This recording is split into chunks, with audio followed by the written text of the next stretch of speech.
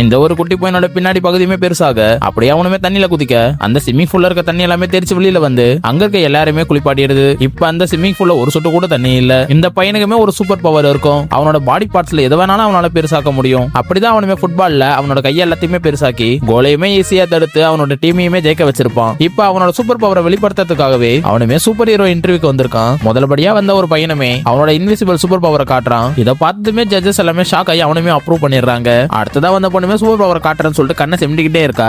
இதை பாக்குற ஜட்ஜுமே இதெல்லாம் ஒரு சூப்பர் பவரா சொல்லி அவளையுமே ரிஜெக்ட் பண்ணிடுறாங்க. இப்ப அடுத்ததா வந்த சின்ன பொண்ணுமே தன்னோட சூப்பர் பவரை காட்டுறேன்னு சொல்லிட்டு அவளுமே ரைம்ஸ் பாடிட்டு இருக்கா. இதை பார்த்து ஒரு ஜட்ஜு கோவமா இதெல்லாம் ஒரு சூப்பர் பவரான்னு கேட்க அதனால அந்த குட்டி பொண்ணுமே ரொம்பவே கோவமாகி அங்க இருக்க ஜட்ஜஸ் ஒரு டேபிளே தூக்கி போட்டுறா. அதை பார்த்து ஜட்ஜஸ் எல்லாமே ரொம்பவே ஷாக் ஆகி அந்த பொண்ணுமே அப்ரூவ் பண்ணிடுறாங்க. இப்ப அடுத்ததா வந்த பையனுமே அவங்க கிட்ட இருக்க சூப்பர் பவரை காட்டுறேன்னு சொல்லிட்டு மூக்க சிலையை செஞ்சான். அதுவுமே ரொம்பவே பெருசாகி ஜட்ஜஸ் மேலே தெரிச்சிருது. இதை பார்த்த ஜட்ஜஸ்மே அவனை இமிடியேட்டா அவனை ரிஜெக்ட் பண்ணிடுறாங்க. ஃபைனலா வந்த நம்ம பையனுமே அவனோட பாடி பார்ட்ஸ் எல்லாம் பெருசாக்கி அவனோட சூப்பர் பவருமே வெளிப்படுத்துறான். இதை பார்த்து ஜட்ஜஸ்மே ரொம்பவே இம்ப்ரெஸ் ஆகி அவங்களோட சூப்பர் ஹீரோ டீம்ல இவனையுமே அக்செப்ட் பண்ணிக்கிறாங்க. கடைசியா 4 பேர் மட்டும் தான் அந்த சூப்பர் ஹீரோ டீம்ல தேர்ந்தெடுக்கப்பட்டிருக்காங்க.